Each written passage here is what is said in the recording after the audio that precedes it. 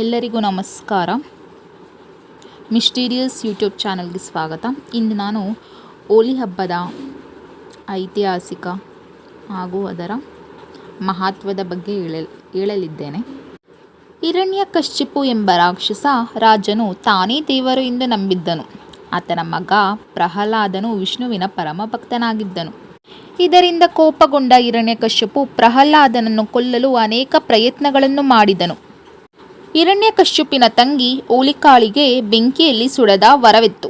ಹಿರಣ್ಯಕಶಿಪು ಹೋಲಿಕಾಳನ್ನು ಪ್ರಹ್ಲಾದನನ್ನು ಬೆಂಕಿಯಲ್ಲಿ ಸುಡಲು ಕೇಳಿಕೊಂಡನು.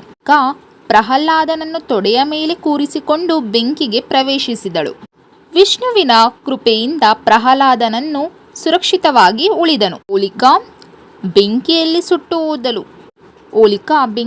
ಸುಟ್ಟು ಹೋದಳು. ದುಷ್ಟಶಕ್ತಿಯ ಮೇಲೆ ಶಿಷ್ಟಶಕ್ತಿಯು ವಿಜಯವನ್ನು ಇದು ಸಂಕೇತಿಸುತ್ತದೆ. ಘಟನೆಯ ನೆನಪಾಗಿ ಹೋಳಿ ಹಬ್ಬದ ಇಂದಿನ ದಿನ ಹೋಲಿಕಾ ದಹನವನ್ನು ಆಚರಿಸಲಾಗುತ್ತದೆ. ಹೀಗಾಗಿ ಹಲವಾರು ಕಡೆ ಹೋಳಿ ಹಬ್ಬವನ್ನು ಆಚರಿಸುತ್ತಾರೆ.